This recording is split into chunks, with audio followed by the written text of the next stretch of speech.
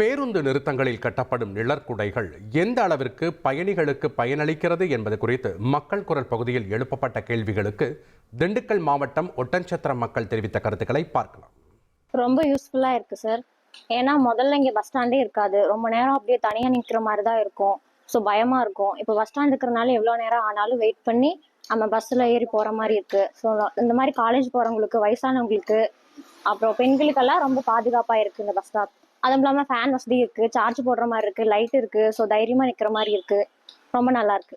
மின்விசி light எல்லாம் போட்டிருக்காங்க. இரவுலையும் வந்து பெண்கள் குழந்தைகள்லாம் பாதுகாப்பா அங்க உட்கார்றதுக்கு நல்ல வசதி பண்ணி கொடுத்துருக்காங்க. இது மக்களுக்கு வந்து ரொம்ப உபயோகமான ஒரு இதா இருக்கு, ரொம்ப உபயோகமான ஒரு அம்சமா இருக்கு. முதல்ல பஸ் ஸ்டாண்ட் வந்து ரொம்ப சின்னதா இருந்துச்சு, சுத்தமே இல்லாம இருந்துச்சு. ஆனா இப்ப கட்டி இருக்கிற பஸ் ஸ்டாண்ட் வந்து ரொம்ப பெருசாவும் இருக்கு, எல்லா வசதியும் கூட இருக்கு.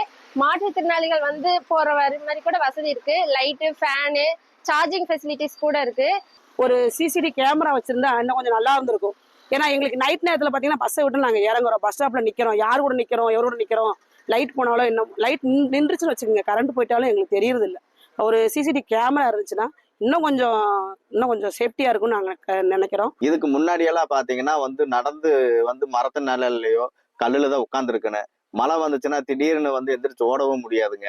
அப்புறம் மரம் எப்போ ஒடிஞ்சு விழுங்க அப்படிங்கிற ஒரு பயத்திலேயே உட்காந்துருந்தாங்க. ஆனா இப்போ கட்டடம் கட்டினதுனால, பஸ் ஸ்டாப்பு கட்டினதுனால எல்லா மக்களுக்கும் பயம் இல்லாம போய் பஸ் ஸ்டாப்ல உட்காந்துக்கிறான். லைட் இருக்குங்க, ஃபேன் இருக்கு. குறிப்பா இதுல சொல்ல வேணும் அப்படின்னா, மாற்றுத்திறனாளிகள் ஈஸியா உள்ள போய் உட்கார்ற அளவுக்கு ரேம்ப் பண்ணி கொடுத்துருக்காங்க. மக்கள் குரல் பகுதியில் ஒட்டன்சத்திரம் மக்கள் தெரிவித்த கருத்துக்களை நாம் பார்த்தோம்.